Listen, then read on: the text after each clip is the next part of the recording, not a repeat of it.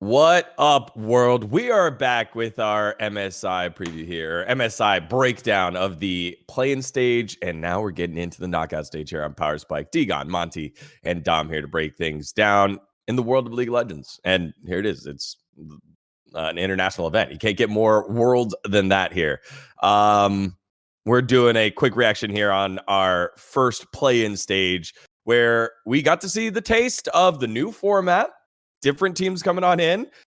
Bilibili just shitting on everyone, which was pretty interesting. I guess not Golden Guardians. That was a close series. Best of threes. Best of threes. So guys, just let's start off right there. How's MSI been for you, and what are your early thoughts on play-ins, Monte? I love this format. I mean, it's everything that we wanted, right? Like we got to see G2 and BLG, the favorites in their group, kind of sliding through. At least we got to see one. You know, GG did take a game. We can argue how competitive that series was, and I'm sure we will later on. But it's also fun because in the lower bracket, we got to see all the minor regions going head to head, and we rarely got those games in a best of three, like a definitive format. It was just those best of ones, which felt a lot more arbitrary. And then also, I think what was surprising was we saw LJL or the Japanese rather, and the Vietnamese teams eliminated first. And so in a way, this was kind of a rise of the West across of like Latin America, Europe, and Brazil, kind of making the deeper runs than we thought they would. So I think it's disappointing because consistently we've expected more out of Vietnam and Japan at these events, and they've it feels like they haven't really ever like truly delivered on that hype outside of like LJL's like minorly impressive run at international events. Yeah. But even with Arya back in the fold, it wasn't there this time. What about for you, Dom? Yeah, I mean, I think the format is a lot better than previous formats, mainly because you have the conflict between the regions you want to see the conflict between. I think that wildcard regions have their egos and, you know, their worth based off how they perform versus other wildcard regions. I don't think it matters if a wildcard region loses to like LPL or loses to LCK. So in previous formats, we had like the 3-group system where you don't see that interaction, where you get to see like which wildcard regions are actually better, where in this one you're actually getting to see the matchups of like, you know, Loud play versus like a Vietnamese team or a Japanese team. You get to see the matchups between the regions, so you can rank the wildcard regions, not just the fact that they are worse than all the major regions, which is what we saw last time. Yeah, it reminds me of a much better Worlds 2017. I remember when that was when they had the play-in stage, and you had the minor regions kind of playing against each other with the top teams, but those were all still best of ones. And it felt like, I remember by like day 3, I was like, I don't really remember who's playing who. Whereas these best of 3s and it being double elimination created more of a sense of urgency to win, to pay attention. And I think the broadcast did a little bit of an extra oomph, in maybe too much in terms of, and they win their first best of series. It wasn't a best of 5, but it was a series win for Latin America. It's a series win for Brazil. Honestly, in my head, I was like, hasn't Brazil already won already? Didn't they kaboom like a team already? I was like, oh, wait. That was the best one. That was the best one. But, you know, it is a nice reminder of like, hey, this is a step up. This is history for them. I think the analogy here that makes it more interesting is the previous format was like, you know, if you make a Formula 1 comparison, it was basically like watching a race that was only like Red Bull and Williams, and Red Bull was just like lapping Williams, and it was really fucking boring. And you didn't have any of the cool like mid-table or low-table drama, like Williams versus AlphaTauri or something like that. You know what I mean? And so this feels a lot more fun because we get to see the easy qualification of the best teams in the format, which is what we expect. But we also get to see some really like at least interesting regional matchups that we were kind of denied earlier. So in my mind, this is already a success. However, the cost of success for Brazil and Latin America came at the expense of 2 teams that have found international success before. And honestly, I feel like came in with expectations in Vietnam and LJL, both GAM, the best team in Vietnam that has been the best team in Vietnam for, you know, years now, and the winningest team in domestic history, other than like I think T1 in Korea, which is Detonation Focus Me and LJL. Like they go year after year. Utapon is inevitable, except they faltered here. They didn't win a single match. I think I interviewed him, and that was what he said. He's like, that was my biggest regret. We didn't win a single match and have to go back to the drawing board again. Do you feel like what does that say about minor regions? And, should they have expectations like that here, Dom? Not really. I mean, it is what it is. I think that the interesting thing about this that we can see going forward is that the supposed advantages that you have of like VCS and LJL and even PCS are not really coming to fruition. The whole reason why people think these wildcard regions are going to be better than regions like Brazil, for example, is because of the isolation of Brazil. Brazilians can only play against other Brazilians. You can't play on NA. If you play on NA, you have like 150 ping, and it just ruins the experience completely. It just completely limits your ability to learn and improve. So if there's never going to be like an America server the way that there is in VCT, where they kind of try to combine like LLA and Brazil and North America together. If there's never that, which they absolutely should do, by the way. Absolutely, I think that would be really fun. I think that would be really fucking sick for everyone. I think it would be exciting for everyone involved.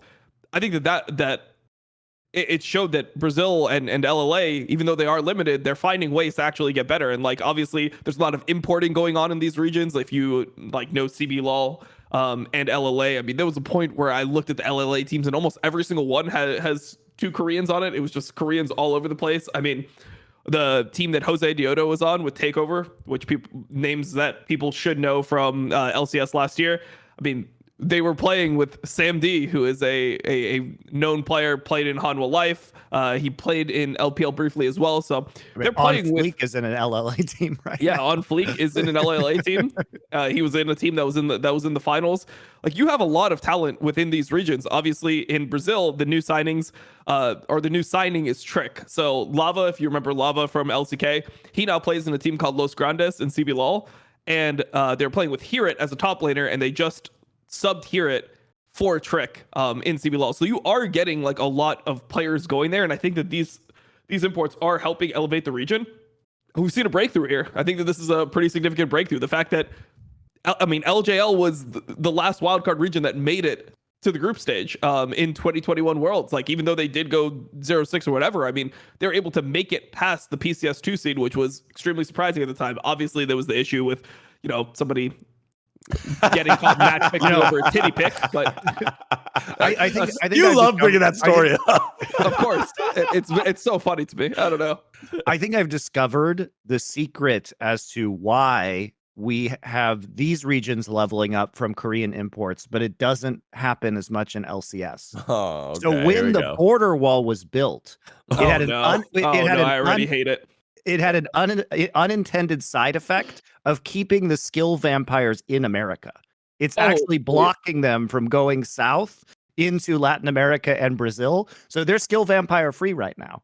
Yeah, I think on a serious note, I think it's also the type of imports that they get. Like, they get the imports that are still hungry to improve, that are trying to prove themselves. That's fair. Whereas a lot of LCS imports, it is kind of retirement. It is kind of like a time where it's like, yeah, I mean, Pyoshik, you won Worlds. Come to Team Liquid. Do you like Marvel?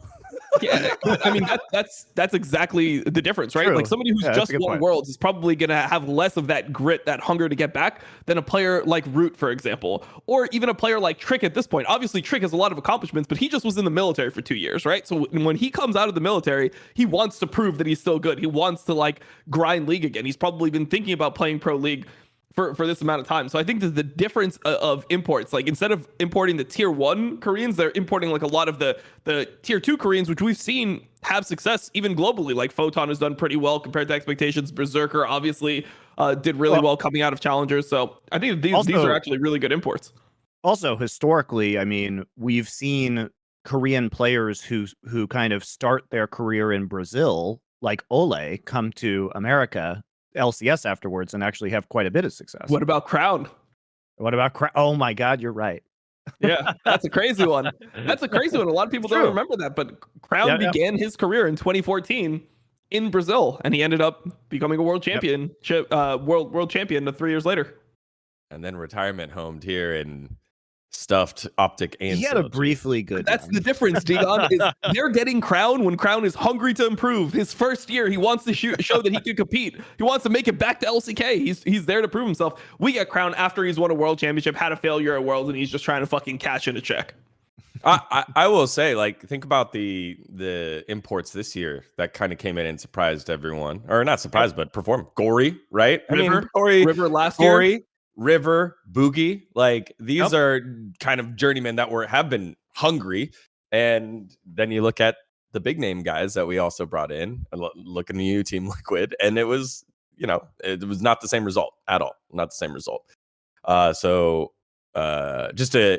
last thing about the minor region teams and things that I miss having Osh here. I think having Australia here to talk the shit, to stir things up would have been a lot of fun. And I think it's a shame.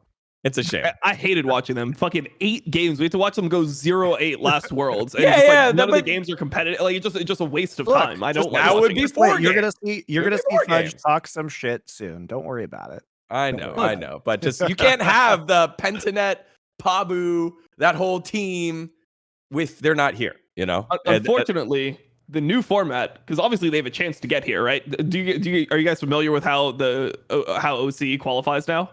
No, I'm not. Okay, so they go into the PCS playoff bracket. What? Yeah. I love it. the That's top the teams. So the top 2 teams go into the PCS playoff bracket. So PCS is top 6 PCS and then top 2 LCO. That's great. I actually really like that. Yeah, but they won 1 game out of 13, and they were playing against like the 5th and 6th PCS teams. So if you're like not better than the 5th and 6th PCS teams, like I don't really want to see you internationally, unfortunately. So it is what it is. Besides, nothing's stopping the Australians from talking shit from their island. They have Twitter. We can still get the spice. Maybe they should do some interviews with them. They're Americans at this point. They qualify as NA players. So yeah, I'm actually come looking qualify at it right through now, NA. Yeah, Chiefs, they got stuffed, and then Team Bliss, they got stuffed. Yeah, there we go. Okay, never mind. It would have been nice to see them here. It just, yeah. I guess I was seeing a lot of Rusty and Mac and whoever Rusty's partner was. They had their finals for OCE over at DreamHack, or they had a DreamHack at the same time. So it just got me thinking about international events in OSH. So bummer, but maybe they'll find their way in the future.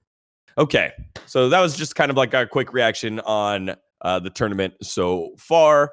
Let's now look at the future that we just saw there, the bracket draw, as we had the teams that we thought would make it through, made it through, and we've got ourselves a wonky draw. It is LEC versus LCK, both sides on the top, and LPL versus LCS, both sides on the bottom.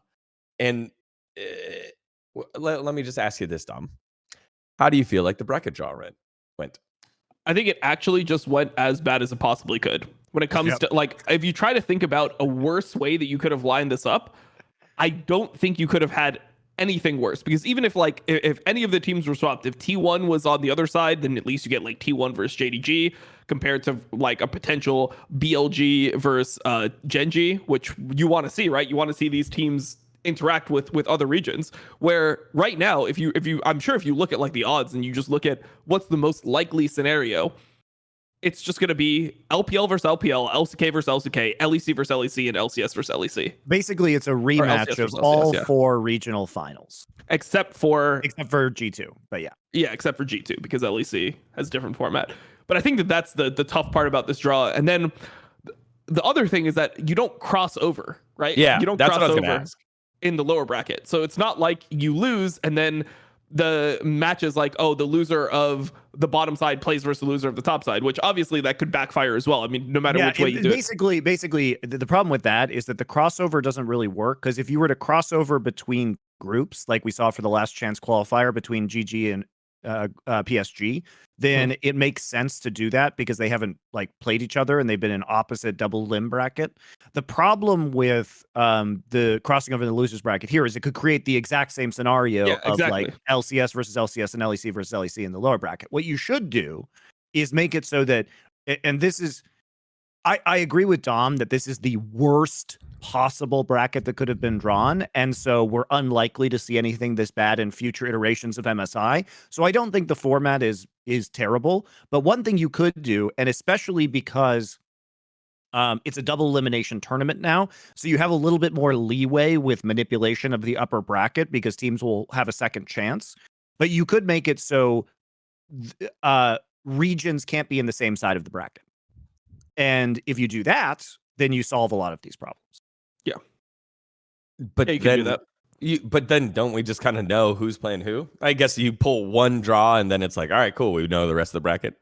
Well, yeah, I mean, if you did that for Korea and China, like you just have like, okay, Genji's on the top side, which means that BLG also has to be on the top side, which means that T1 has to be on the bottom side. And then you just slot the other teams like in there. And I think that would be more entertaining because when I watch international tournaments, my whole gripe with international tournaments the entire time is that I want to see the teams that have similar skill levels play against each other. So I want to see EU versus NA, and I want to see Korea versus China. And I feel like this bracket, like the way it was drawn, obviously it's not the format's fault, but the way that this was drawn, you're going to have the least that you could have had, the least, cross-region interaction that you could have had. So it's just, it's unfortunate because what does that even like really tell us if like we might not get to see EU versus NA in one best of 5 the entire time. Like that's completely reasonable. Very likely to happen, right? Very likely to happen. It's most likely going to happen. So shit. Wouldn't that be counterpoint? So that's the unfortunate part of this draw. If you have patrician tastes and enjoy the finer things, the upside to this draw is that we are, highly likely to really get some spicy matches like in the later stages of this tournament. But you'd get those no matter what is the thing. Potentially. But I think there are very low chances of upsets with the bracket the way it is. Yeah. I mean, I think let me put it this way. If you have China and Korea hitting each other in the first round, then you're only one upset away from one of those teams being eliminated, right? Mm-hmm. Whereas like you're kind of like 2 upsets away from one of those teams being eliminated right now. Yeah, but for me, I'd like almost rather see like I don't care if there's an upset that could make a team that should go further, like they knock out a stage earlier. I just want to see like the matches itself. Like if they do get upset, at least I'm seeing them get upset by a region that's not themselves. Like if T1 just loses to Gen G and JDG just loses to BLG, it's like fuck, man. Like that means that oh shit, what an upset. Yeah. I do think that again, this is not likely to be repeated, and it's unfortunate we got the bracket this way. But also, I think the easiest way to fix that is just to make it so teams from the same region can't be on the same side of the bracket. And even though that leads to a limited number of outcomes in the way the bracket could be drawn, very limited, it's still better because we get to see those matchups, and when you have a double elimination system, you can manipulate the bracket harder because teams will have another opportunity, even if the first stage doesn't go their way. So I would be in favor of that. But ultimately, this format is still great. And I think it's a minor change that you can make for future years. Well, think about this. The last MSI, we had 3 best of 5s the entire tournament. It's 66 best of 1s. Actually ended up being 69 because of the replayed best of 1s for RNG. So you had 69 best of 1s into 3 best of 5s, and now you have 15 best of 5s in the tournament. Huge. I was realizing while you guys were bringing up the topic why I was so opposed to it. I was like, I just want a good draw.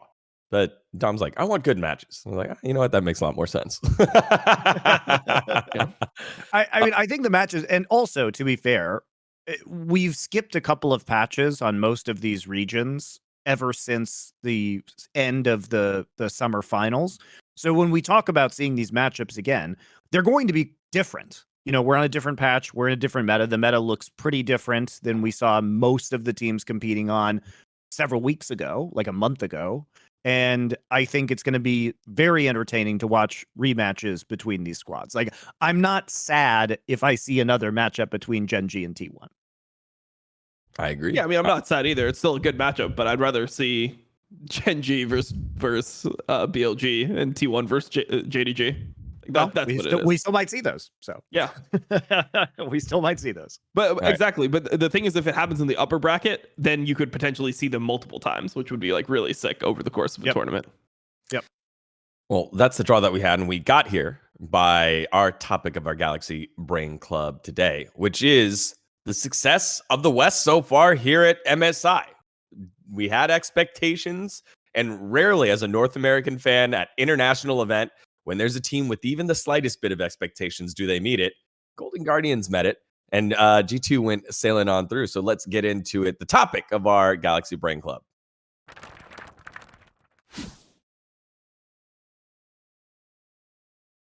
All right, so as we touched on earlier, for the minor regions, it came at the cost of VCS and LJL. And up top, G2, they look good. Golden Guardians, they beat PCS. They gave a run for the money for BLG.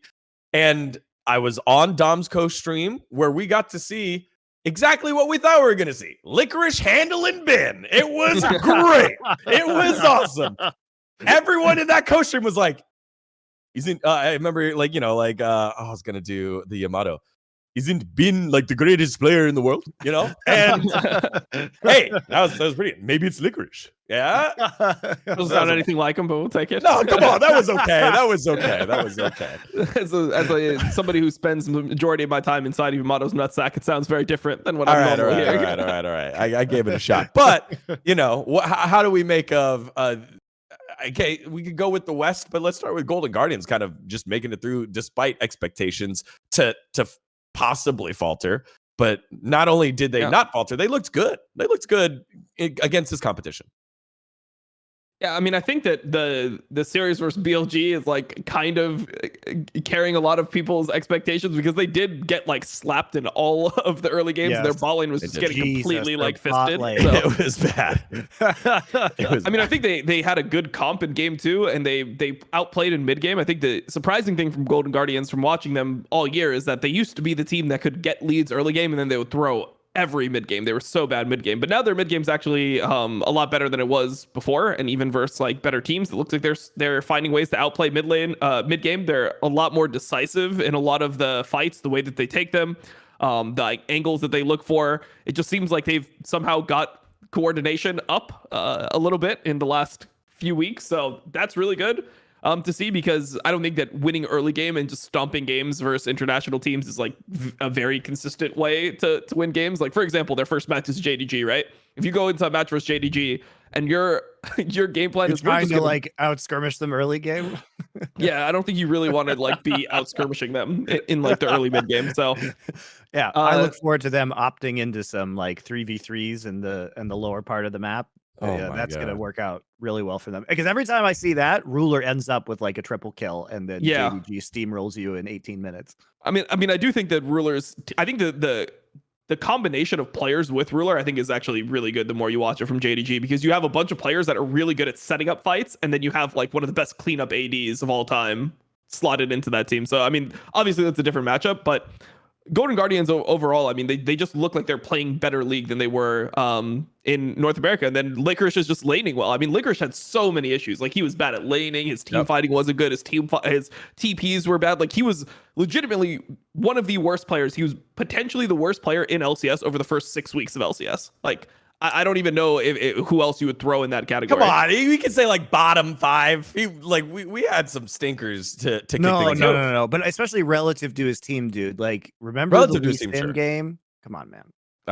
Think about how bad you have to be playing to look that bad while you're on a team that's winning a lot of games. Exactly. Like, yeah, that's the big part of it. So I think that almost people are doing a disservice to him, even though they're trying to make it seem like he was good the whole time. I think they're doing a disservice to him to try to make it seem like he hasn't improved that much. Like, he has went from being one of like a massive liability to Golden Guardians to being extremely solid. He's like always relevant in the games. His TPs are good. He doesn't get caught. He's just being effective in these games. Yeah, and I think so. There's 2 factors to this. One is like Licorice definitely was the primary factor in the game they won versus Bilibili to get them back into that game. The other one was their team composition, because I mean, Elk's life was basically hell in that draft. And so to me, it's Licorice's. There's 3 kind of factors that are going into Golden Guardians, like glow up here. I mean, first off, River and Gory are doing well. I mean, They're River studs. River was kind of sus early game in some of these in the earlier stages of this tournament, but this morning, I thought he played really well in the match they had against PSG. But when we talk about Licorice, it's his improved individual performance. When we talk about the team, it's been, as Dom says, their improvement in the mid and late game, particularly with target selection and team fights. Like, they have a very clear idea of their win composition with a variety of different comps and how they can execute them. Like in the game 2 versus Bilibili that they won, a lot of it was really good engages and chaining of CCs on Elk so that they could burst him even through like Lulu ult and the protection that he had in the backline. And then the third part of that is that their drafting has been very good. And I think this is really like a credit to the coaching staff, is that they are a great drafting team on red side. And other teams don't respect them very much. Even the casters at times were, when they were on red side, first round of the draft picking Cassante, were like forgetting that this team had Cassante banned against it in LCS for very good reasons, because they took a page out of Gen G's book where they flexed it into mid lane, and it was incredibly annoying to deal with because Gory's first versatility in the mid lane champion pool is notable. And it makes it very unpredictable for how they are going to set up their drafts. So I really like what we've been seeing from Golden Guardians, and it, especially in the PSG series, it felt like big draft diffs in all three of the games.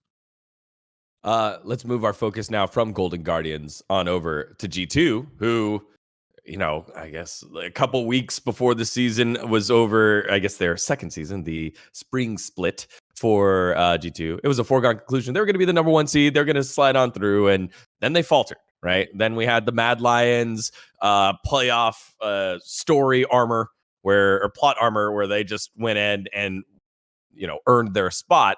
Weren't sure what we were going to see out of G2. Started off with Nautilus mid and Caps just playing whatever we wanted. But then it turns out, hey, Nautilus mid, not too bad. People are starting to use it and work through it, and they look good.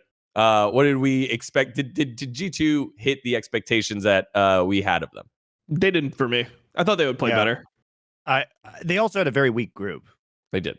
Yeah, they had a way easier way to qualify. Like, I'm not sure that they would have done better versus BLG than Golden Guardians did with how they were playing. I mean, they were throwing really hard. I mean, they had some bad early games. They were throwing. I mean, they almost lost the game to a guy that didn't buy items level 1. Like, it was pretty rough. So they just don't look. There's something that I feel like they're missing, where before they would just snowball these games and win in like 20 minutes every time. And we saw like one of those games, but a lot of their games are back and forth. There's lots of throws. There's flips that don't really make sense. So it doesn't feel like they're completely on their game the way they were earlier on in the year, which is kind of tough to see. I still like what we're seeing out of their drafts, because they are unique and they do throw people for a loop. They have a lot of versatility, and the way Caps is playing right now is like roaming either top or bottom at like 3 or 4 minutes into the game on the Gragas or these Nautilus picks. So he's trying to play a more supportive style, and they're trying to enable Yike, which has been a big part of their early game plan, is like Yikes on a carry jungler. That's been true this entire year at times. And they have like these set plays in the early game where they try and get Yike ahead. I think some of their early tower dives have been good. People have been very quick to praise Broken Blade, but the concern was not that Broken Blade was going to have bad performances against top laners like Ozzy and Robo, however you want to say his name. There's no way it's Robo. Look, that's what the broadcast was saying, man. I don't know. They were calling him Robo? Really? Yeah. Really? I thought it was like he's been on the international stage multiple times. I think. I don't know, man. Look, we should have maybe Alex has been saying Robo. I don't know what goes on with the LEC casters. They still call Younghoon, even though his fucking real name in Korean is Junghoon. That's his first name. That's how you say it. It's not controversial. There aren't other ways to pronounce Swedish, it. man. It's Younghoon. They still call him that. So when I see a yay, I call it yay. I don't know why the Riot casters call people the names that they do. They struggle with Yarvin and the Youngo for Yi too. Exactly. They struggle with Malrong, which they pronounce Malrang. Dude, I see this all the time. Like, I have the whole world trying to tell me wrong. People are trying to say that this guy whose name is Zeus, just named after the Greek god Zeus, is Zeus. Like, no, it's just Zeus. Like, its name is Zeus. Like, it is what it is. Like, that's the name he chose. We know of all the stories. So everyone's mispronouncing it except for me. It's fine. Technically, everyone's wrong except for me. Yes. Zeus in Korean is Zeus because they don't have a Z sound, and that's how you would say it.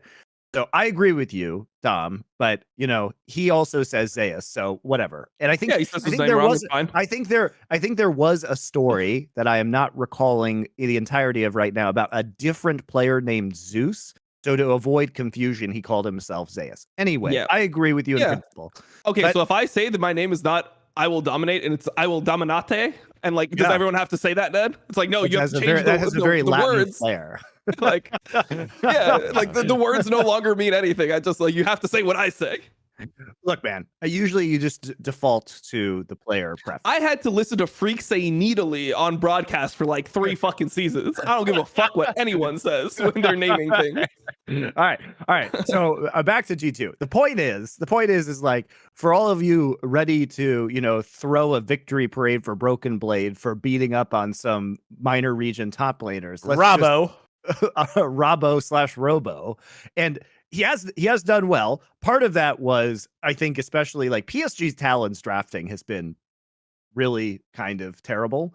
And like the Olaf pick into what they were running, I think was extremely strong in the game too that they had. But it hasn't been a clean performance from G2 overall, and they do seem to falter in the mid and late game. They have a script that works really well, and it seems like they understand how to play the first like 10, 15 minutes of the game. But once they have to start improvising, that's where it can start to fall apart for them.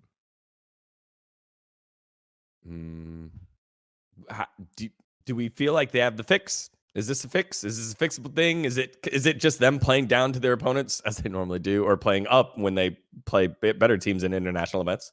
I mean, I think Gen G is the nightmare team for them. So I don't think that we're going to see particularly compelling performances from them. Like, if you think about the way that Gen G plays, they are very used to this kind of Gragas mid bullshit from Faker, and they have found ways to really punish that early roaming play style. And you have to play against Chovy in the mid lane. And if you want to talk about a team that is extremely like good at playing macro past 15 minutes and exploiting those weaknesses, it's going to be Gen G. So I think it's a very unfortunate first round matchup for G2. Yeah. I think the same way. I think that the stylistic mismatch is in favor of G2 or Gen G here. I think G2 just they were essentially the team that I was always comparing to T1 the entire year. Like, they were just a slightly worse version of T1. G2 is just slightly worse T1, and Gen G's style is very good versus a team that wants to fight you early. They're very good at just trading sides of the map, and they'll just show up at a Drake, the third Drake at like 22 minutes. There'll be a third Drake where they have like 3 items, or even a fourth Drake. I mean, they'll even give the first 3. Yep. And they'll show up with items and just out team fight you. So, and a lot of the tricks that G2 uses to get ahead are these like level 1 like set plays with weird pathing. And Peanut is very good at reading those situations. Like, Peanut has faults, but one of them is not like early game pathing a lot of the time. So I think they'll be ready and they'll be able to respond to this really, really well. And I just think it's not going to be a super good matchup for G2. Well, this segment was supposed to be about the success of the West in play-ins, and we're just putting doom and gloom in the next round. They were successful, but I think it now in retrospect, as we look at the way the groups shook out and the way that Golden Guardians basically completely dominated PSG, there really wasn't a team to challenge G2. And as Dom said, they also like almost lost a game to a Brazilian team where the jungler literally choked and forgot to buy a jungle item. So that whole like invade that they did that was highly successful, where even though they got the smite off, he didn't hit level 2 because he didn't have a jungle item. They couldn't actually snowball that into a clean win. At the professional level, like, that is a fucking disaster. Like, you are behind forever at that point in time. And like, I think it's even worse in some ways, because when you have when you are intentionally playing a carry jungle matchup with Nidalee that you are trying to enable, when you get that advantage, that is, if you're Canyon, I mean, you just slam it down their throat for the entire game. Like, Yeah, you lose the game have to be eventually, able but to do that. you're really strong throughout all of it before you lose. Like, before you lose on the Nidalee, yeah, because the the game state, hates leads, so it rubber bands people back with experience and gold in the form of bounties, which is a lovely system, if you ask me. It's an objectively losing position G2 is in. When you look at the enemy Sejuani and you're both 103 with 90 CS at the same time, you feel like the game is completely lost. So yeah, I think the G2 have to play better.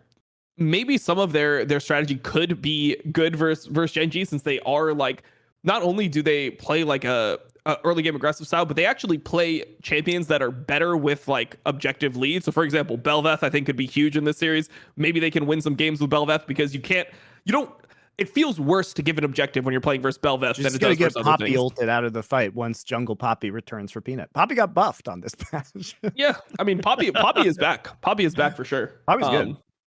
Yeah. Poppy's always the thing about professional play with Poppy is, because Poppy is just amazing if in the hands of a professional team, because you can turn any fight potentially into a 5v4, a 5v3 if you hit a good ultimate, and it allows you such intense objective controls that if you can get Poppy to team fights in the late game, she's going to be viable. And we've started to see that. And like a lot of the jungle nerfs, now obviously she's been played top lane a lot. But like the W buffs have been really good for her. The jungle nerfs have been really good for her. So she is actually a flex as well. And like, I'd be shocked if we didn't see Peanut playing Poppy this tournament. Yeah, I think that is good in the initial series, but I think that could completely skew the T1 matchup, because one of the things that you could do to Peanut before is like, he had like 4 junglers to play, and you could pretty much guarantee that he was going to go through like the Vi, Wukong, Maokai Sejuani phase. Like, he was going to go through that progression of junglers. But now the fact that they can pick Poppy as well, and Poppy is strong, it's not like some niche pick where, you could get him on it, but it won't be great in the game. I think that could be really effective versus a player like Owner, who likes to play champions with dashes. He likes to play Lee Sin, like that's his thing. He wants to play things that are early aggressive that can, Lee Sin, Viego. I mean, he wants to play, like, if Nidalee is coming back, I think Owner would be one of the players that would play that. There's definitely a lot of things within Owner's wheelhouse that, would be bad into Poppy that he probably wants to play, especially like Kha'Zix coming back. I can see Owner playing that as well if it ends up being meta at this tournament. I think Kha'Zix is a bait pick, but yeah, I don't know. I think Kha'Zix can run an entire game. Like, if you get a good game for it, it is a OP pick. It shouldn't be like a blindable pick, but that's something I think that there is value in leaving your jungler a later pick. Whereas before it was just trade Wukong, Vi, Maokai, Sejuani, trade it all at the beginning of the draft and, don't give a fuck about it.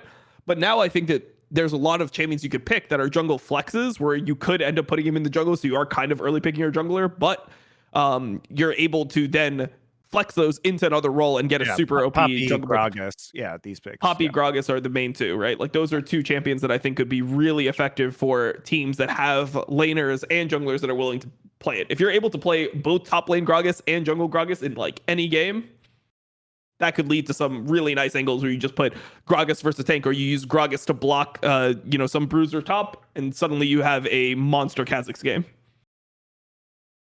All right, guys. Well, that's a lot of looking forward at what is next for our successful West play-in teams, and we'll dive into some of our exciting matchups, exciting players in just a little bit. But one of the great things about international play is that it's an opportunity to bring back the casual fan. They're like, oh, cool, Faker's playing. Yeah, I know Faker. Yeah, let's go ahead and watch. Oh, this team is better than T1. Okay, yeah, sure. Like, I'll get involved.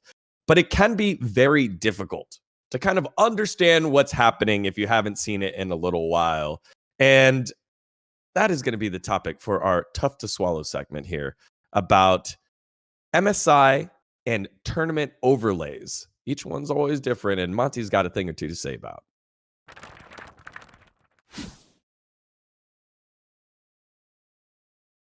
All right. So I enjoy how the different regions have different aesthetics, have different looks that you can tell immediately by the overlays in game. But my problem is that we are constantly getting different information every fucking time we tune into a different stream. So, for example, over in the LCS, we had the old FTX gold advantage. Turned out it was a pretty big disadvantage for LCS in the end to have FTX.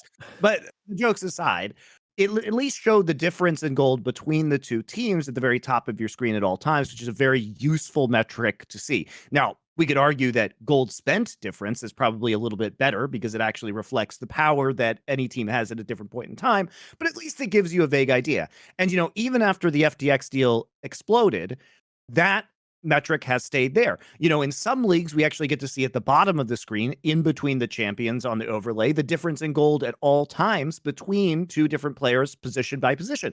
Again, very helpful if you're trying to assess game state.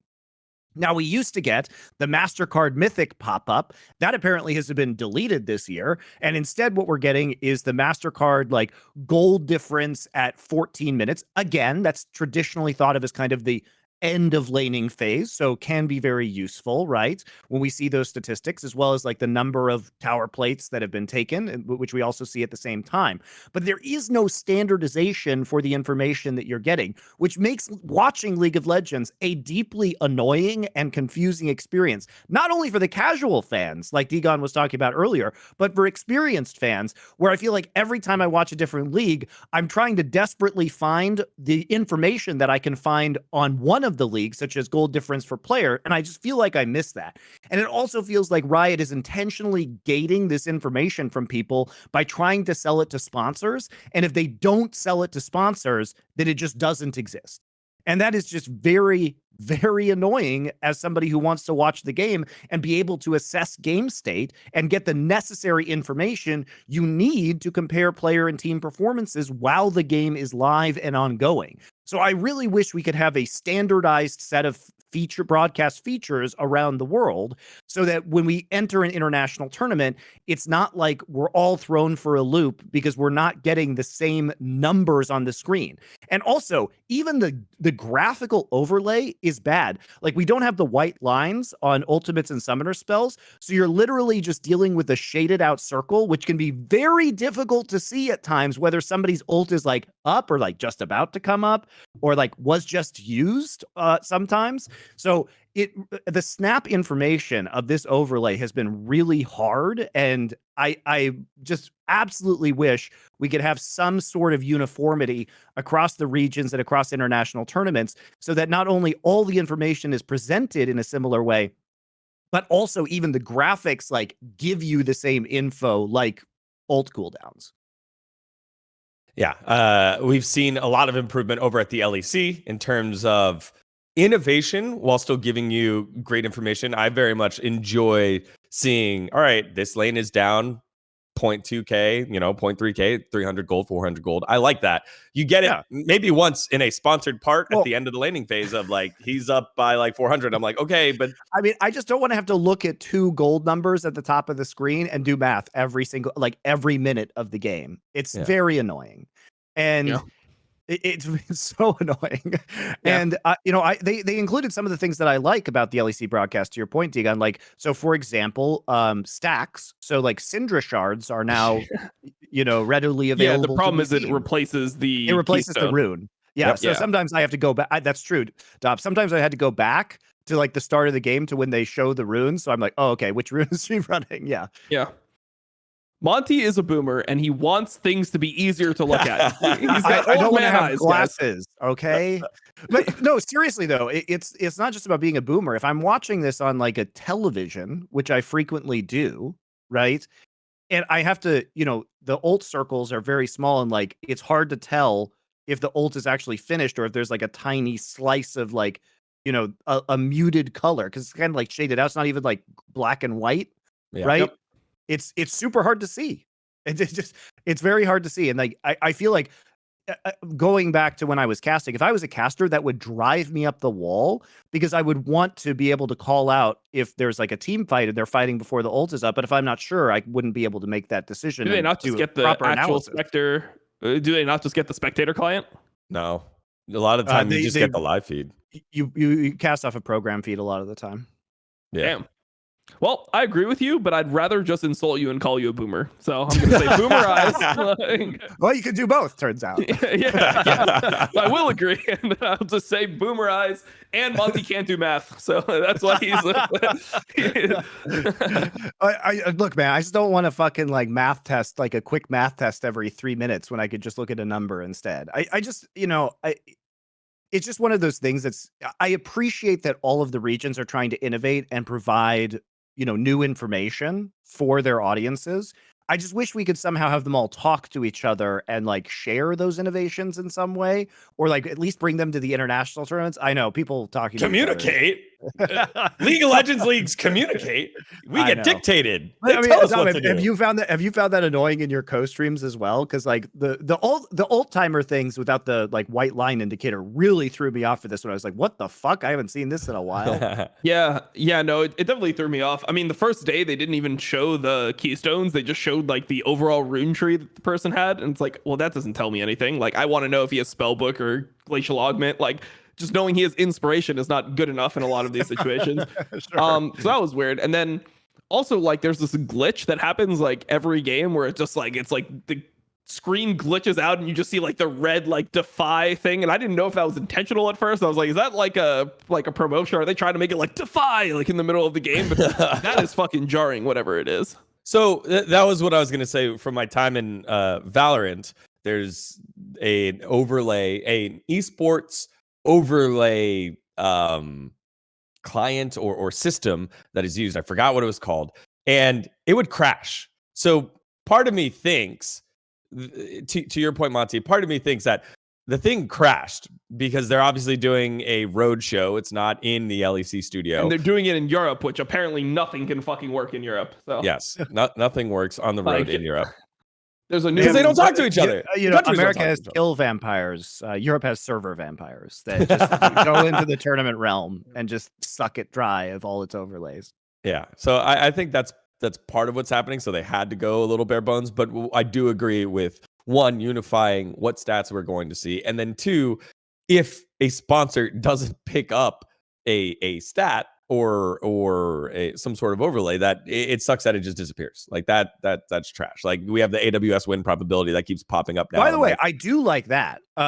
Just as an aside, like the AWS sponsorship I think is interesting, and it's much like the stuff Amazon does with the NFL, where it's like, catch probability, which like could be bullshit, I don't know, but it is fun. It is fun, I will say, to like see that win probability graph and then like have it go from like 99 to the other way. A new way to like flame players. You could just be like, how did they throw this? This was 99.3% win probability. I think it's fun. I think it drives discussion, and even though it's probably kind of bullshit, right? Because unfortunately, like what Amazon stats can say is like, with this gold and objective lead, this is the probability that teams have to win. But obviously there's so many infinite combinations of team compositions that you do need some level of expert eye test to really judge win probability. Because if you have a hard scaling composition or et cetera, it's also not taking it. I don't know what metrics they take into account, but it's probably not also based off of team data.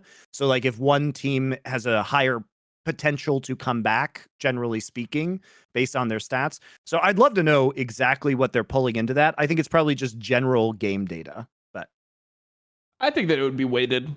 I mean, I don't see why, like, I mean, if betting companies are able to, well, I mean, they would weight like, champion scaling and stuff like that. That could be within. Are they pulling from like a number? Yeah. Are they pulling from like all solo queue data? Like, I don't know what that information is, or is it just professional play data? I would assume it would be professional play data only, but I mean, I'm not sure. Yeah. I mean, the best way is obviously if you have a computer and you have like a very knowledgeable human as well helping with it.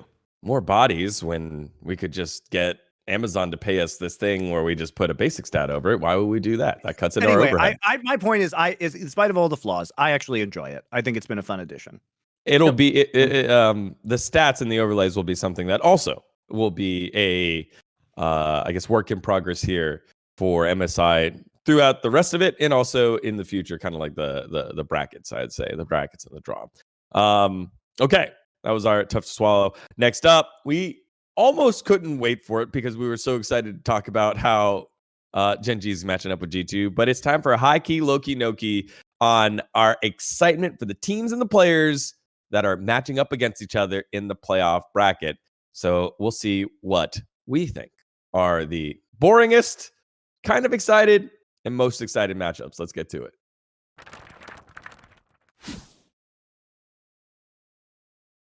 All right, so let's start on the bottom side. And again, it can be a player, it could be a team, it could be a region. Now that we have the regions kind of locked to one side. So let's start at the bottom. Something that you're not excited about that we're going to have to do and we're going to have to see whether it's a player or a team. Monte deep in thought. Dom deep in thought. Let's go. Yeah, Monte, last one. No, last one was your segment, Monte. We're going to go with Dom first. Right. Yeah, Dom, you're first. What are you no-key excited about? I am no-key excited about the potential of NA and EU all losing their best of fives and just China and Korea just beating everyone, which is the most likely scenario. So that's what I am no-key excited about. I want to challenge that a little bit because I feel like, wow, we're going to get to see you're not regional finals for again? The inevitable C9 upset over Bilibili Gaming. Inevitable. I mean, when was the last time that NA lost to, or NA beat China in a best of five? I actually don't know, at an international tournament. Probably IG 2019, MSI. Has there ever been another one that they've won? Like, I'm trying to think. Is that the only time ever in the history of the game? Was there a World Elite? Cloud9 over World Elite in the? I feel like there must have been one in the earlier days of the Worlds. Okay. Oh, not best of five. That wasn't a best of five. But yeah, it would have to be a best of five. Let me see. I mean, we have to go all the way back, I think. Yeah. Well, again, kind of a weird state for the North American mindset because Golden Guardians had expectations and met/exceeded expectations of play-ins, and now you expect, well, Cloud9's an even better team. They dumpstered them. Maybe they can beat Bilibili. You know? They didn't dumpster them. Like, why do people think that Cloud9 dumpstered Golden Guardians? I think that after game one, Cloud9 controlled that series. But game two, they lost. Yeah, well, but they threw. They threw. Yeah. They threw into them. I still think Cloud9 controlled the series. Game one was really cool and exciting that, Golden Guardians came out punching and Cloud9 wasn't quite ready. But then it felt like after that, Cloud9 asserted them. Game two? Wait, maybe I'm misremembering the game. Yeah, let's look it up. No, wait, Golden Guardian was just winning from minute one. They were just like 4-0. Okay. Was that the big team fight? That was the big team fight at the bottom side of the map. Yeah. Well, I don't know. I mean, Golden Guardians just literally has controlled the entire game. So yeah, they won super hard 2 of the early games. I was thinking of the FlyQuest series. It was the FlyQuest series that they threw super hard. FlyQuest threw super hard to Golden Guardians. You're right. Oh. Well, either way, is not Cloud9 the better team that should have these expectations that they should meet? So therefore, I don't necessarily know if Cloud9 is better than Golden Guardians right now, because I think Golden Guardians is playing a lot better than they did previously. So sure. I don't think they're just playing against like worse teams or something. So I'm not sure. Like, there's a chance that Golden Guardians, we'll probably get to see the matchup of Golden Guardians versus C9 if things go as planned. So I mean, I would think the Golden Guardians would actually give C9 a run for their money. All right. Well, Dom is not excited for the inevitable domestic finals across round 2, and then just LPL versus LPL and LCK versus LCK. That's what he's not excited about. Monte, give us your no-key excitement for the bracket stage. My no-key excitement is the Faker versus Niski matchup, because Niski is basically just the much worse version of Faker at this point in time. He basically, except he's like more clutch. He doesn't choke as hard as Faker does in big moments. So. I don't know about that. He can hit pretty hard right after he makes a big play. So we'll see. But it's not a final. So it's not a final. So Faker can't choke in this one. You know what I mean? True. Yeah, that's when Faker through semifinals has been totally fine. It's when Faker gets to the finals that he has the random kind of int games right now. But also, he's not the only one on his team that does that. I do think, though, that in this matchup, the Niski's playstyle has been derived from Faker's innovation, especially around Gragas in the mid lane. And I think that matchup in particular just really bodes quite poorly because a lot of Mad Lion's strength has been on the 2v2 around the mid lane. That is also T1 strength, except they're way, way, way, way better as a team.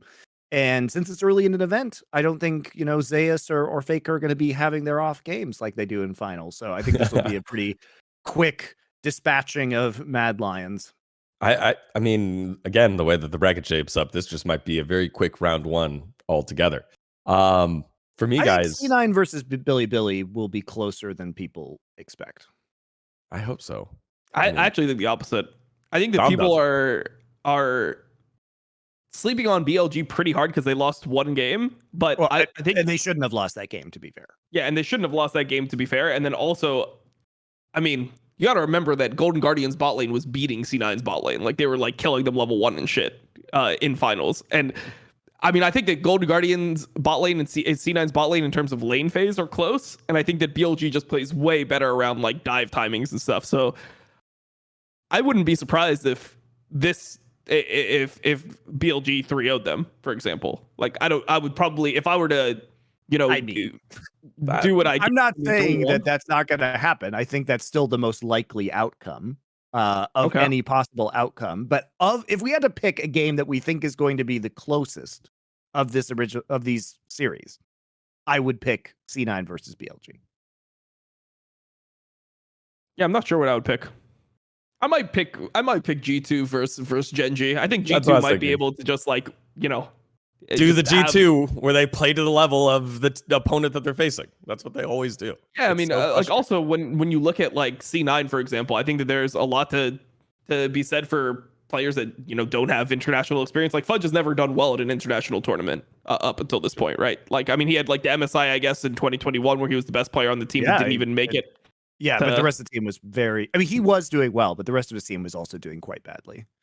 Yeah, I mean, I just, like, when I'm looking at, like, MNS playing his first series, I mean, even if Yagao has played poorly up until this point, I'm not sure. The solo lanes from Bilibili have been weaker than expected. Especially Yagao has been kind of surprising. Yeah. But I mean, also Yagao is just, like, the player who doesn't need to win lane to be effective. And I could easily see Yagao just going back to things that he played before, just set up champions and just having, the whole game ran through bot lane. Yeah, I mean, I think that G2 at least has, I mean, G2 has been Korean killers before, like they've been the team that's been able to perform from Europe, and they have a lot of people with confidence. And I think that I think it's easier for G2 to play up to Gen G's level than if, like, BLG played well. I don't know if C9 would be able to do anything, because I don't think C9 has very good structure in their gameplay. They kind of just won because they were, like, they would make better decisions mid to late game, but I didn't think that they were actually, like, better than Golden Guardians holistically. It was just they were better at certain things that are really OP in North America. So I'm not sure. I'm kind of a C9 doubter at this tournament. Yeah, you sound super C9 doubter, because I keep thinking about it. I'm like, all right, you've got multiple MVPs on this roster. You have a wealth of experience in Sven on this roster. Blabber's also failed on the big stage before, so he's getting out of the system. This is literally what he's playing and practicing for. Berserker last year at Worlds had a meta shift that shifted away from him into Fudge in the top lane, who got bodied because he was in a tougher bracket, and Fudge is very aware of that. He was getting bodied by, like, he was getting bodied by players that are not not bin. He was also just objectively much worse at top lane after he swapped back from mid lane last year than he looks this year. I mean, he's looked much better this year again, ever since having kind of the off season to retool back into top side. So yeah, where I agree with you is, like, MNS for sure. Like, it's like, okay, how is he gonna react to international experience? Stinker games, MNS. But the four players around him seem like this is one of the best things that you could put around. This is why this roster was put together. Like, I want to at least give it a shot. Blabber and Fudge were very good in the LCS playoffs overall. So I think maybe if you can, and also there are going to be some really interesting things that we might be able to see from Cloud9, like the rise of Olaf, which has been one of Blabber's best champions for forever. And I don't think it's meta in the jungle right now, but I think Blabber has also played it in the past when it hasn't been meta. could be an interesting flex pick. I think that's probably one of the worst picks to have into somebody like Shun, because Shun is like a kindred Nidalee player at his core. Like that is what he wants to be playing. So it's like, well, I mean, we've also seen a lot of those bans, so it depends. Yeah. But especially, let me put it this way: if they're red side and you flex it into last pick, then maybe it and you have maybe the luxury of them not early picking the jungle, or them going with a Vi first pick if you want to like bait that out, and then opting into a Vi Olaf matchup in the jungle. I think there are ways to do it, and there's certainly some interesting angles that C9 could take given the players and champion pools that they have. I think it's one of those like you got to show up and hope that they play like shit type things. Like if BLG plays like shit, then Cloud9 could win. But if BLG plays like their game, I think it's very hard for Cloud9. I mean, it's weird. Like when Cloud9 won the championship in LCS, I wasn't very happy with their win. I know going forward, like Fudge was like, oh, I feel way better in this team than I felt last year. I thought that they had a way more disciplined style at the end of last year than they did this year. This year, they kind of felt like they were winning by having like just better players. I think it feels like the upside is higher because Jensen was so limited in terms of his abilities as a mid laner. Like his champion pool was garbage. Like his ceiling, even though his floor was are obviously higher than I think we've seen from MNS, because like I had to watch MNS's Chase games. But I mean, his Akali game, like he just completely lost the game for them, like pretty much. Dragon fight in that second game, like. But I think MNS has had higher highs, which is what I think Fudge might mean. That the ceiling of this team feels like it's probably higher than the ceiling of the team that they had last year. Yeah. All right. That was a lot for our Noki excitement. For me, it's as much as I love the story, but we just got to see what happened against BLG, the bot lane of Golden Guardians against the bot lane of JDG. If it goes like, I'm just not excited to see Stixay and Huhi's magic run out. Like I love seeing happy Huhi clap it out, and they have great mental, but like that just seems like a bodying waiting to happen. I think, yeah, I agree with you. And I think the issue there is that if JDG has the lead in game 2 that BLG had in game, like if never you winning. swap the teams, JDG will literally never lose that game ever. So that's what's scary, is like if GG has a similar bot lane performance to what we've seen, there is no miracle comeback. JDG will just win the game in sub 20 minutes. Well, you also look at the angles that Golden Guardians bot lane, GG's bot lane actually likes to take. So, for example, in the game 1, where they end up going for set Kai'Sa into Ezreal Karma, like that's really what Golden Guardians want to do. They want to have Huhi be able to play one of his picks, like one of his special picks, and kind of like dodge the lane. But you can't dodge the lane and let Ruler get free lane phase. Ruler's probably one of the worst guys to let have a lead in a game because he just doesn't fuck it up ever. Like he rarely fucks it up. Yeah, like if you're Golden Guardians, where are you trying to attack against JDG? For me, it's you go River and Gory and let them do that. But if you need River to come down to help the bot lane, then Gory isn't unlocked to do anything, and the leads will just slowly amass throughout, JDG, and they're not going to let it go. So that's why I'm not very excited to see this one play out. All right, let's go to our next one here. Our low-key excitement here. Monte, let's start with you. What are you low-key excited about from this bracket stage? I think it goes back to what we were saying about C9 versus BLG. I am legitimately kind of low-key excited to see Fudge versus Bin.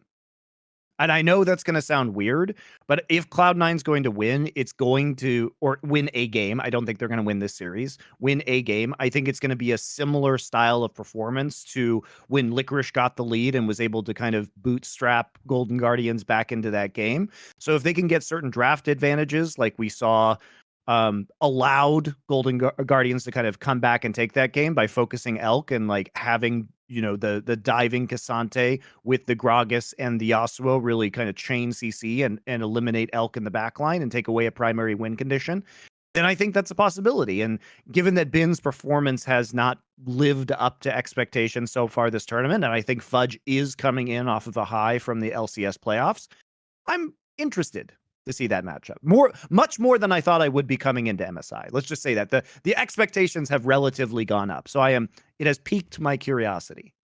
Dom? For Loki, yeah. I guess I'll go low key excited for G2 versus G2 versus Gen G. I'm low key excited. I think that there's a world where G2, if G2 plays their absolute best, if they play their absolute best, where the series could get interesting. That's mine as well, for a different reason. I think we've got two of the best rookies in the world there in terms of like how they've performed in Pays and over in Yike. Yike has been a great story for G2 this year, being like seeing if he's ready to go. I want to see it.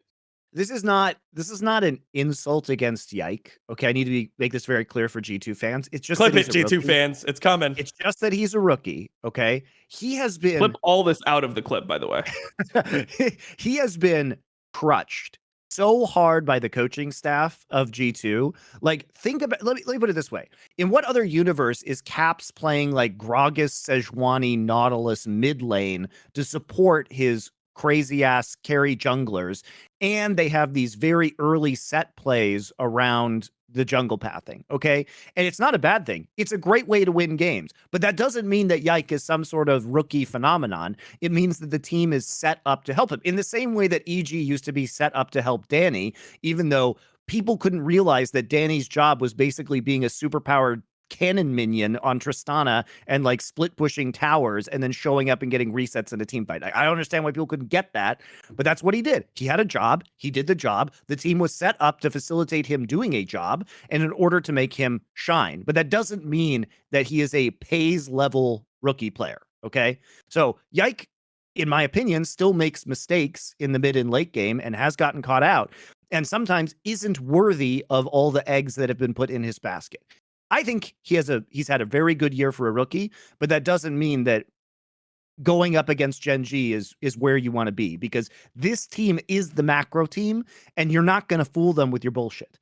Yeah. Peanut is also a jungler that's pretty good at dealing with, like, Peanut doesn't need to be mechanically better than you to win, right? Like, that's his whole thing is controlling players at this point that are better than him mechanically, like just finding ways to be more effective and ways to outplay people that are like super good mechanically, and he really takes control of games like this. So I think it's tough, man. I think it's tough in terms of jungle matchup, but I think that there's other things that they could do to allow him to still succeed. The whole thing is when like Yike has some pretty good strengths, and you can cover his weaknesses with the other players that are experienced on the roster.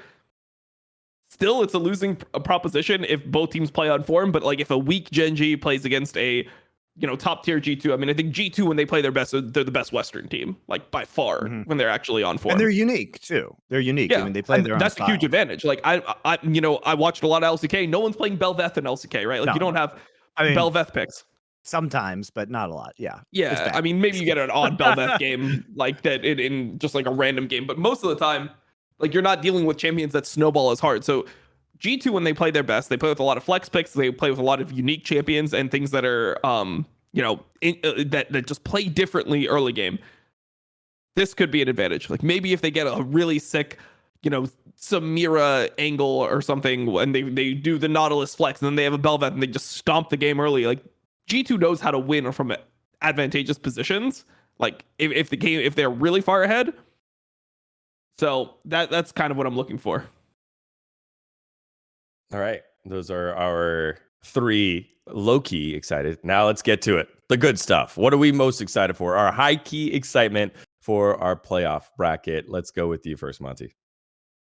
Well, I mean, I won't cheat and just say like round 4 onwards, which is or round 3 onwards, where we're gonna get like all of the interesting, probably China versus Korea matchups. If I have to pick something in the first round of play, I'm actually kind of excited for the top 2v2 between Mad Lions and T1. So that would be Chasey and Elyoya versus Owner and Zeus. Because I think both those players, Elyoya and Chasey, were huge parts of the Mad Lions playoff run, and Chasey looked like really quite good.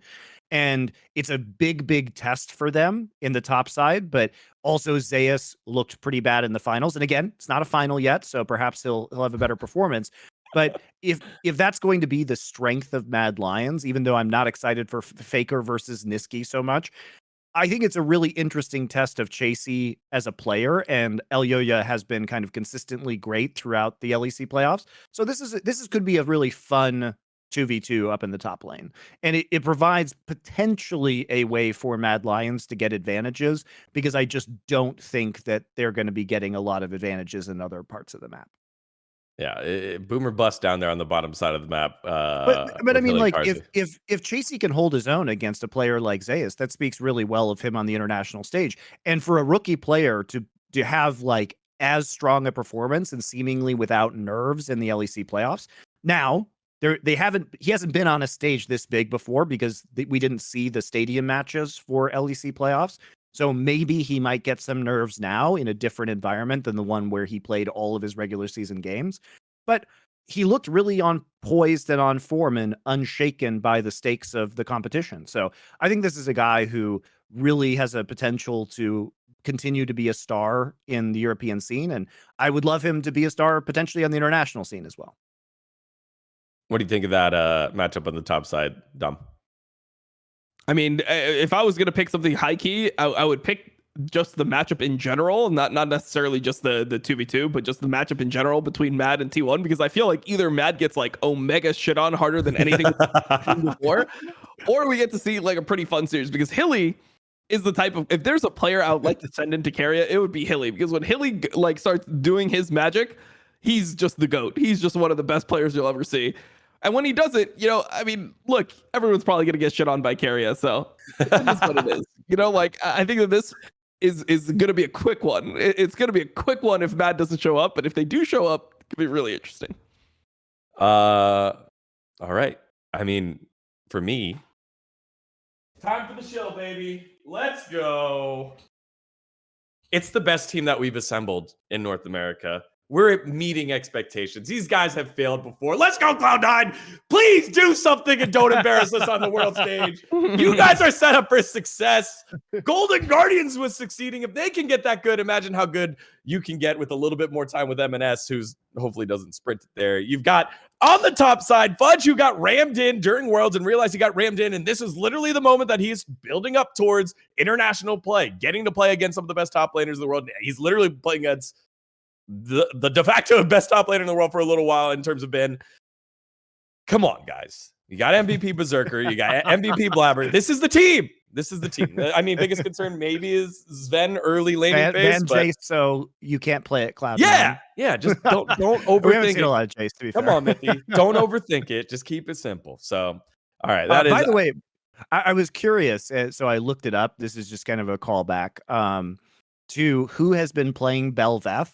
And it turns out that there have only been 6 games among all the top regions of Bel'Veth in spring, and all of them have been Yike. Yep. Oh shit. Yeah, so I can see that. I was misremembering from LCK playing it late in the summer when after Bel'Veth was released. But this it's fun to see that Yike is like literally out of all the major regions, which are the only regions left at MSI, he is the only player who has been playing Bel'Veth this year. So speaking of unique champion picks that I think were surprising, or things about champions, I have a Dgon stats. Was it Dgon stat of the week brought to you by no one, sponsored by no one. This champion. And you know what? I'll even give it to you. This champion in the bot lane saw so much priority in terms of getting banned. Not one single pick or ban during this MSI. Who is it? During champion? Bot lane champion during playoffs for like, everyone, or during the season and playoffs, and then just disappeared. No picks, no bans. Like 80 carry, or what are we talking about? Like when you say bot lane champion? Bot lane, yeah, 80. Okay. 80 carry. That was picked in regular. Yeah, it was like constant prio, and then nothing here at MSI. It's not Zeri, it's not Aphelios, it's not Jinx. It's Caitlyn? That's right. It's Caitlyn. There's 0 picks and 0 bans of Caitlyn. Did Caitlyn fall off towards the end of spring? It did. So for some of the playoffs, yeah, but like it still was it still played in the finals of LCK and stuff. It was constantly banned. It was one of the only 80 carries that was banned more than picked. I think T1 will bring it back if I'm being real. T1 loves that pick, so I think they'll probably bring it back. we've opted into the, Jinx Aphelios, then Zaya, and then we saw some Zeri there by Stixxay. Kaisa also was kind of interesting, Stixxay, but kind of surprising to me that no Caitlyn at all. None. And because Caitlyn's my favorite champion, and we're bringing up champion stats there. So all right. One more segment to knock out here on this episode of Hold up. Before we go further, I do want to give a shout out to one particular player who maybe started the tournament a little bit better than he finished it, which was Bong. Okay. And a lot of jokes have been made about Bong. When you take your first rip from a Bong, okay, it starts usually okay, but just like Bong at MSI, it got harsh towards the end, right? Is there anything we can do to cure the harshness of the is there anything you can do to have a less harsh Bong experience than the one we experienced at MSI? And the answer is absolutely yes. With this is the glycerin chamber from a freeze pipe Bong. And if you don't want to have a harsh experience towards the end of your rip, like Bong at MSI, you can put this in your freezer for an hour, and it will cool the smoke by over 300 degrees, meaning you can have a consistently good Bong experience, unlike MSI. So please do that. And if you want a freeze pipe, you can go to www.thefreezepipe.com and use code LFN for 10% off your entire order. There you go. Yeah, Wow. make sure to get use the freeze pipe so that you don't hurt your neck. To freeze? Like, okay. What Bong was supposed to do was freeze. Instead, he just inted on Malphite in his last series. Okay, all right. Yeah, that makes sense. All right. This is a good one. Again, that was the easiest slam dunk read of all time. Shout out to Bong. By the way, his name is Bong because his name, like his Korean name is Bo-ung. So yeah, it was.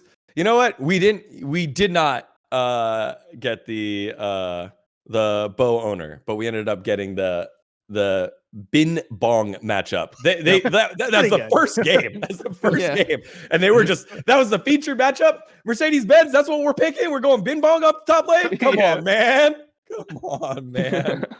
All right. Let's close out our episode here with the certified banger from the MSI Play-Ins.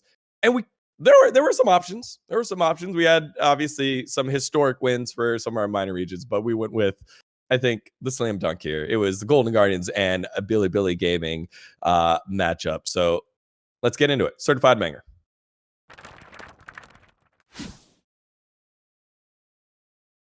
There was hopium in it, Monte. There was throws, but most importantly to me, and I love North America, blah, blah, blah. Those were the cleanest tower ties I've seen. Both games, or all three games. I don't remember how many times they did it, but they just were, it was so clean. They barely took any damage in the tower dives there. Bilibili against Golden Guardians. I mean, they literally are more coordinated than I've ever seen them be before. Like, even versus teams that were worse than PSG, like even versus domestic teams, they weren't this clean when it came to their macro. So I don't know what happened. They just became so much better at this tournament so far. I don't know if it's just confidence, or they had some really good scrims, or their analyst came in and gave the presentation of a fucking lifetime. But something happened to Golden Guardians, because I was not seeing any of this, and I watched every single game that they played all split long. Yeah. Yeah, as I said, the identification of win conditions, the threat of them on red side with the flex picks, I really give a lot of this credit to their coaching staff. I've been really impressed with the drafts that they've had, and it shows the strength of having these good drafts where even in a game where you basically grief level 1 by trying to like ambush them, then die, then continuously die because you used all your summoners trying to grief and then losing anyway. The fact that they were able to come back from this, and it was due to Licorice's advantages, and the fact that Licorice, River, and Gory worked extremely well to get the right angles onto Elk and to shut him down. But the identification of that win condition, taking his massive gold lead out of the fight, and there being no real follow-up damage. I mean, we're talking about Yagao, who is behind on Ahri, has an Everfrost Horizon Focus and Void Staff in this game. Like, as soon as Elk is gone and you blow all of the cooldowns to save Elk from Lulu, there's really nothing you can do about the rest of the Golden Guardians composition. They realize this, and I think they execute it really well in terms of the team fights. And yes, Bilibili has to make mistakes in order for that to happen. And it was a phenomenally large lead that was thrown. But I think inherently, Golden Guardians was able to gain a compositional advantage by being tricky in their draft. I mean, they basically picked Cassante and Gragas, which teams in NA were smart not to give them the Cassante because it makes it very difficult to draft against them. And then that enables them to have this kind of Yasuo pick at the end of the draft that sets everything up. So in my opinion, man, I really like what Golden Guardians is doing. I think they consistently outdrafted PSG in their series as well. But it's a deserved win. And frankly, you can just tell this team is having fun. Like, when he's inting, he's laughing his ass off. Like, I just look at his player cam. He's like, I died stupidly. And then he's like, haha, I just made a game-winning play. Because he's had some like really good engages as well. So they're playing their style. There's probably not much pressure on them either. If you think about like where they are in their career, like no one even thought that they would go to MSI in the first place, right? Like everyone thought it was going to be FlyQuest and C9. So they're just here and they're just like, fuck it. Like, we just play our best. Like we just do what we can do. Like try your hardest, and the results are the results. So I love seeing a team approach NA or approach internationals, and NA team approach an international like that, because it always feels like NA is not able to use the underdog mentality at international tournaments. They go to the international tournament and they're like, "Fuck, I don't want to embarrass ourselves." Instead of just like use the fact that you're the underdog. All the pressure is on them. They're supposed to beat you. Have fun, do your thing, be confident in the plays that you make, and just see if you can improve throughout the tournament, see what happens. And also, play to your strengths, for God's sake. Like, at least who he is on the set, and he's like doing things that win them games with it, right? And they're not playing the most perfect meta, strategies that we've seen, but they are doing things that they know how to do, and they're using Gory's versatility in the mid lane very effectively in the draft. So I like it. Like, I like what they're doing. They have been a fun team to watch. Did they get massively outmatched versus Bilibili at times? Yes, absolutely. I mean, that bot lane was just a war crime, basically. But even then, in some ways, Licorice running it down the whole split has probably given them such insane mental fortitude in these scenarios, knowing that they can come back, so that now when their bot lane is the one inting, they're like, oh, don't worry, we carried our top laner for a hugely long time. Yeah, I don't know. It feels a lot. We can win, guys. We can win in any situation. Don't worry. It feels a lot better in a competitive game when your top laner is the one that's running it compared to your bot lane. When your bot lane is running it, especially in this meta, right? It's fucking tough. Like, normally you just feel like, all right, so we just FF at 15, or like, do we play this one out? But I'm just saying, they've trained for this moment. They've trained for this moment, this whole split. It was all just a ramp up into MSI. You have the least consequential player on your team win anyway, so that when more consequential players do, you already have the mental fortitude. I kind of like that too, because the last couple teams to make it, to win a series, a best of 5 series at Worlds, the Cloud9 teams, they weren't the number 1 seed, right? Back in 2021, they were the number 3 seed. Yeah, I think last time they did it in what was the last time they won it? It was at the Africa Freaks series. Yep, 2018. Yeah, were they the number 1 seeds? I'm looking. No, they were the number 3 seed again, right? So Golden Guardians is kind of embodying that kind of looseness here. It would be cool at some point that a Cloud9 who dominant in North America shows up at Worlds, expects to win, and then wins. But we're at a point in our stage of our careers and our lives where we'll believe it when we see it. Right now, we need more looseness like Golden Guardians and have fun and then be the underdog. So, and they embody that in our certified banger of the week against Bilibili. All right, guys, there it is. MSI Play-Ins, a nice change, a refreshing change here. Some things that they could improve on in terms of Riot and some format things, the overlay, but overall good. We got, and I like the analogy you used earlier, Monte. It was qualifying. We got some qualies in there. Top teams went on through pretty easy. Latin America, Brazil, they feel good about themselves, and you got a couple people that need to go back to the garage and ask for more money to make their teams better in Vietnam and LJL. So we'll see how that things shape up. Where will people find you this week, Monte? Are you still in phone call hell? Yeah, of course I am. It's okay though. We're getting through it slowly. What's up? Different. Oh, I'm in phone call hell as well. Oh yes, exactly. It's a different kind of phone call hell though. You know, I think it's going to be fun this week too. Obviously, there are going to be a lot of games. How many games are there actually? There's 2 best of 5s, both Saturday and Sunday next week, which is fucking insane. So we've got 1, 2, 3, 4, 5, 6, 7, 8 best of 5s before our next show. So we're going to be most of the way done through bracket round 2 before we come back to you guys. But it's going to be a lot of games to discuss, and I'm just looking forward to it. As kind of shitty as this bracket draw was, in some ways, it's still a good format, and it's still going to produce some good games. Yep. Done. Co-streams. Yeah, co-streams, and I've just been spending time personally attacking Odo in DMs for what he's done to the tournament.